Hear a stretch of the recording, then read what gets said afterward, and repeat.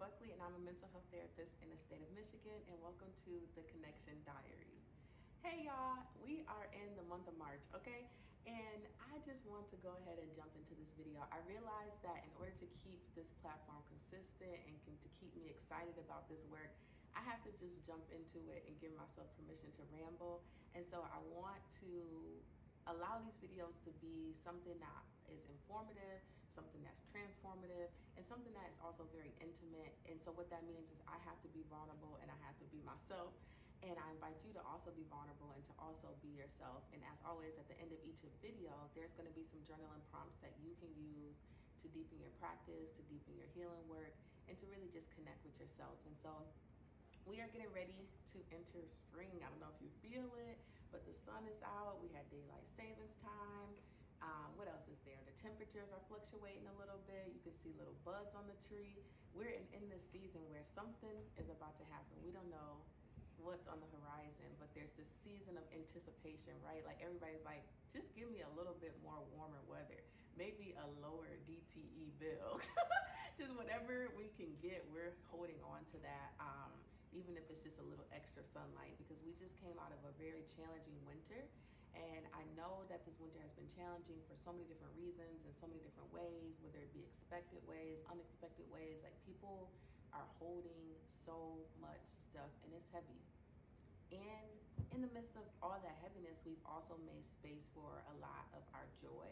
And so I just want to give that space as well, that we've been holding both grief and gratitude this season as we get ready to exit the winter and go into the spring. And so in this video, I just want to give you some tips as we go into the spring season. And it's not that these tips are only good for spring, but these are just what are on my heart and mind as we enter spring season. And let's jump into it. So one popular question that has come up both in professional, unprofessional settings with clients, non-clients is, how are you coping through all of this? And all of this can mean so many different things. You fill in the blank, but people are asking like, how are you coping? And I got asked that question so much that at one point I was just like, I just cried. Like, I just weep. Like, I give myself permission to feel. Like, I think sometimes when people are asking, you know, how are you coping? What they really mean is, how do I get rid of this pain? How do I move through life with this pain? How do I, you know, walk through life with this heaviness and still give myself permission to access joy? I had to put Simba away. I don't know why I think I can do a video with Simba out. He's my little crazy cat. But yeah, like we're thinking about how can I sit in the midst of this heaviness and still access joy, still show up as a parent, still show up at my job, still show up as a friend, as a partner. That's really what people are asking. But one thing I want us to think about too is like, how do I give myself permission to feel all of this? How do I give myself permission to acknowledge that this heaviness is coming from a very real, very human place, and that's okay. That I don't have to always wish every feeling away, that I don't have to move through life in a very robotic nature, that I can give myself space to honor and to recognize that I have soft and tender spots that need holding. And so as we go into the spring season, I just want you to think about, how can I hold myself? Literally. Sometimes it's literally like holding yourself like this, giving yourself a hug. It may seem childish or something that they tell kindergartners to do, but no, like if you have not experienced your own touch in a long time, I want to give you permission to hold yourself while you are experiencing whatever heaviness you're experiencing.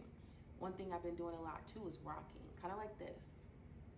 And what this does for our nervous system is it provides a sense of calm, which allows us to know that we are safe. That's why we rock babies when they cry. That's why we like being in rocking chairs. We still need that attention as humans, as adults, excuse me. So give yourself space to hold yourself and to rock in the midst of what you're feeling. That in of itself is healing, because a lot of us grew up in environments where we were not emotionally safe, where we were not allowed to feel.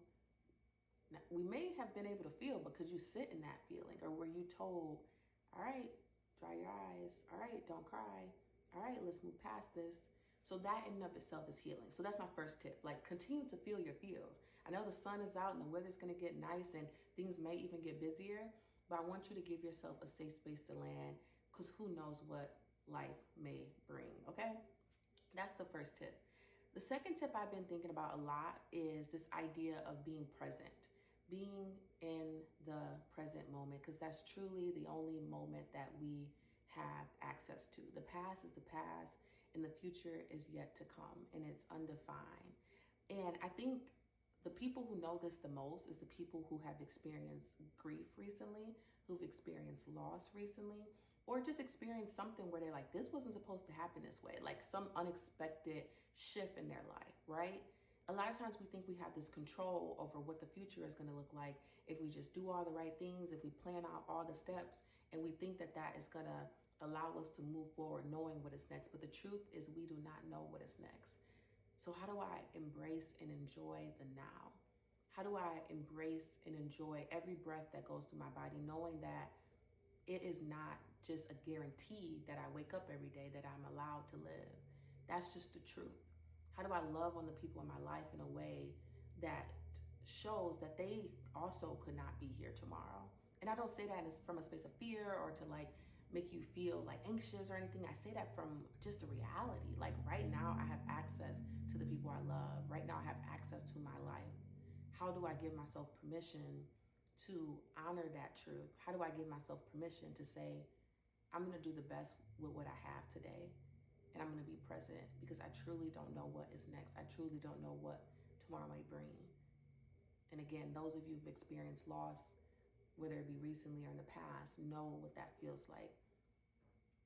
A lot of times I think about, in light of death, in light of that being a reality, does this really matter? Whatever it is that I'm worrying about, whatever it is I'm thinking about, not in a way to invalidate how I feel, but in a way to put into perspective what it is that I'm wrestling with, and to give myself permission to pivot and to direct my attention on those things that do matter in this present moment, on those things that I can control in this present moment.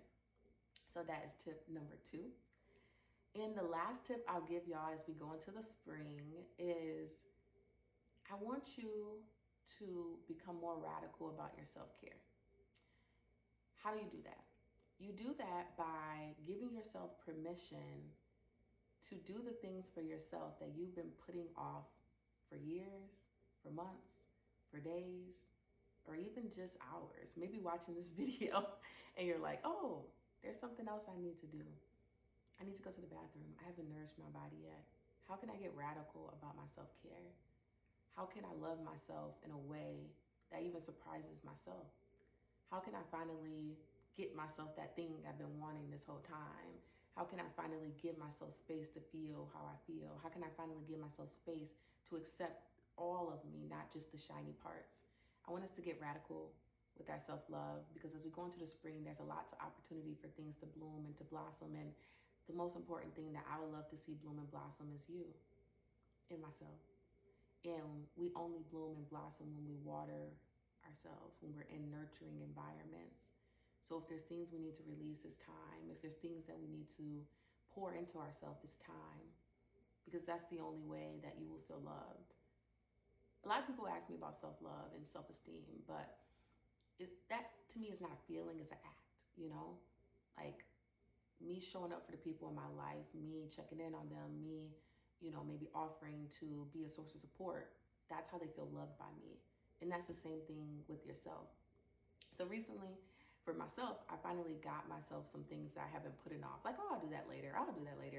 Because it's not urgent. It's not important. But it's like, I am urgent. I am important. And I want to continue to send that message to myself. And I want to invite you to do the same.